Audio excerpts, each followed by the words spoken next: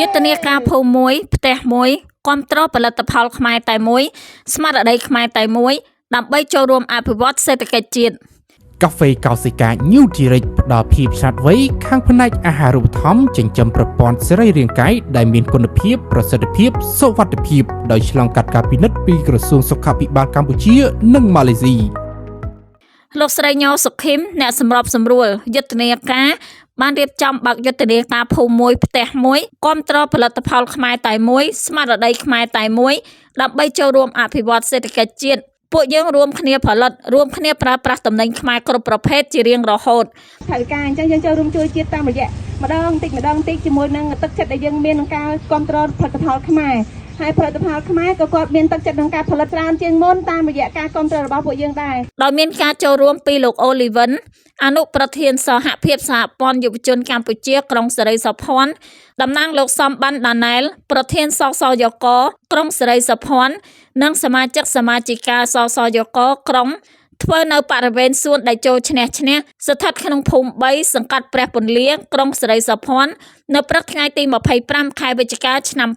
2025គោលបំណងឲ្យប្រជាពលរដ្ឋស្គាល់និងប្រើប្រាស់ផលិតផលខ្មែរកាន់តែច្រើនជាងមុននិងជំរុញឲ្យសហគ្រាសក្នុងស្រុកផលិតគ្រប់មុខទំនិញទាំងអស់ដើម្បីបំពេញនៅតម្រូវការអ្នកប្រើប្រាស់ឲ្យបានគ្រប់ចំនួននៅក្នុងប្រទេសកម្ពុជាក្រុមហ៊ុនដែលបានសហការជាមួយយុទ្ធនាការមានចំនួន5 1ក្រុមហ៊ុនកាហ្វេកោសិកា Nutri-Rich 2សិប្បកម្មហត្ថាធម្មជាតិ3ក្រុមហ៊ុន PPDMK និងសិប្បកម្មផលិតសាប៊ូសម្រស់ចរណៃ4សិប្បកម្ម YC Nether ផលិតប្រេងកូឡាដំរី5សហគ្រាស JMLX ផលិតម្សៅចេកណាំវ៉ាបង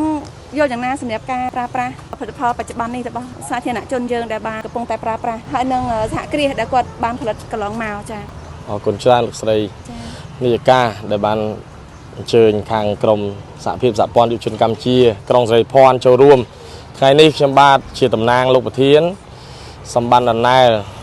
ដែលជាប្រធានសហភាពសហព័ន្ធយុវជនកម្ពុជាក្រុងសេរីភ័ណ្ឌចូលរួមកម្មវិធីភូមិមួយផ្ទះមួយគ្រប់គ្រងលើផលិតផលខ្មែរតែមួយបាទពាក្យនេះគឺល្អមែនទែនជាប្រធានបទដ៏ល្អបានន័យថាចូលរួមគ្រប់គ្រងនៅផលិតផលខ្មែរដែលជាស្នាដៃកូនខ្មែរជាផលិតផលក្នុងស្រុកបាទខ្ញុំបាទផ្លុងសុភីជាប្រជាពលរដ្ឋដែលរស់នៅក្នុងខេត្តបន្ទាយមានជ័យសូមពលិកាមិនប្រើប្រាស់របស់ផលិតផលថៃទៀតទេអញ្ចឹងសូមបងប្អូនប្រជាពលរដ្ឋទូទាំងប្រទេសដូចជាក្នុងខេត្តបន្ទាយមានជ័យសូមជួយគ្រប់គ្រងផលិតផលខ្មែរយើងទាំងអស់គ្នាបាទដើម្បីជាការលើកទឹកចិត្តជូនចំពោះពួកគាត់ដែលគាត់ខំប្រឹងប្រែងផលិតផលដែលឲ្យមានគុណភាពអញ្ចឹងសូមបងប្អូនទាំងអស់ជួយគ្រប់គ្រងផងបាទជំរាបសួរពុកម៉ែបងប្អូនទាំងអស់គ្នាក្នុងនាមនាងខ្ញុំជាយុវជនសសយុកក្រុងសេរីភ័ណ្ឌទាំងអស់សូមចូលរួមពលិកាមិនប្រើប្រាស់ផលិតផលរបស់ថៃហើយក៏សូមអំពាវនាវដល់បងប្អូនប្រជាពលរដ្ឋខ្មែរទាំងអស់ចូលរួមប្រើប្រាស់ផលិតផលខ្មែរយើងផងដែរចា៎សូមបាទជំរាបសួរដល់បងអរគុណច្រើនសម្រាប់សំណួរមួយនេះហើយខ្ញុំសូមលើកដៃសាពះរហូតទៅព្រោះសូមទៅពុកម៉ែបងប្អូនតែពិតខ្ញុំជីកង់នេះនៅក្នុងគោលបំណងខ្ញុំមាន3ទី1ខ្ញុំចង់ផ្សព្វផ្សាយផលិតផលកូនខ្មែរទាំងអស់ទៅគ្រប់តំបន់ទៅគ្រប់ទីកន្លែងមិនថាគ្រប់ច្រកល្ហណាទេឲ្យតែមានផ្ទះប្រជាពលរដ្ឋខ្មែរត្រូវតែផលិតផលខ្មែរទៅដល់ខ្ញុំសង្ឃឹមថាពុកម៉ែបងប្អូនទាំងអស់នេះចូលរួមចលនាជាមួយខ្ញុំធ្វើដើម្បីកុមារនៅកម្ពុជាខ្ញុំធ្វើដើម្បីមន្ទីរពេទ្យគុណធបុប្ផានិងបងជនភៀសសឹកទាំងអស់សង្ឃឹមថាបងប្អូនគ្រប់គ្រងផលិតផលខ្មែរតែមួយមុខបានហើយបងប្អូនជួយទៅដល់ពួកបងជនភៀសសឹកក៏ដូចជាក្មេងៗនៅមន្ទីរពេទ្យគុណធបុប្ផា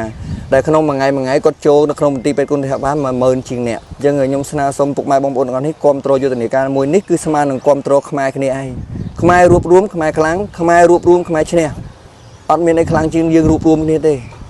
ភូមិមួយផ្ទះមួយគ្រប់គ្រងផលិតផលខ្មែរតែមួយហត្ថាធម្មជាតិផលិតនៅតែខ្ញីធម្មជាតិ 100% ជួយប្រព័ន្ធរំលាយអាហារបំបត្តិការក្អកជួយសម្រួលដល់ផ្លូវដង្ហើមភូមិមួយផ្ទះមួយជួយគាំទ្រផលិតផលជាតិយើង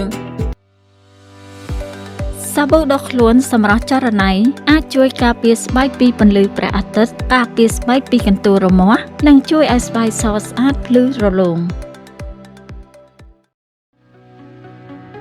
សិប្បកម្ម YC Nature យើងបានបង្កើតឡើងប្រេងកូឡានិងប្រេងខ្យល់ខ្មែរសញ្ញាដំរី5ផលិតផលរបស់យើងត្រូវបានរចនាឡើងដើម្បីជួយកាត់បន្ថយការឈឺចុកចាប់ការឈឺសាច់ដុំក្រិចថ្លោះហើមរមួលក្រពើកាត់បន្ថយការនឿយហត់ជួយឲ្យមានអារម្មណ៍ស្រស់ស្រាយនិងជួយបំបាត់ stress ទំនាក់ទំនងផ្សព្វផ្សាយពាណិជ្ជកម្មផលិតផលខ្មែរកសិផលខ្មែរគ្រប់ប្រភេទតាមរយៈលេខទូរស័ព្ទ086 92 89 98និងតាមរយៈលេខទូរស័ព្ទមួយខ្សែទៀត061 96 96 12សូមបញ្ជាក់ថារាល់ការទទួលពាណិជ្ជកម្មផ្សព្វផ្សាយទាំងនេះស្ថាប័នយើងខ្ញុំមិនគិតថ្លៃសេវានោះទេ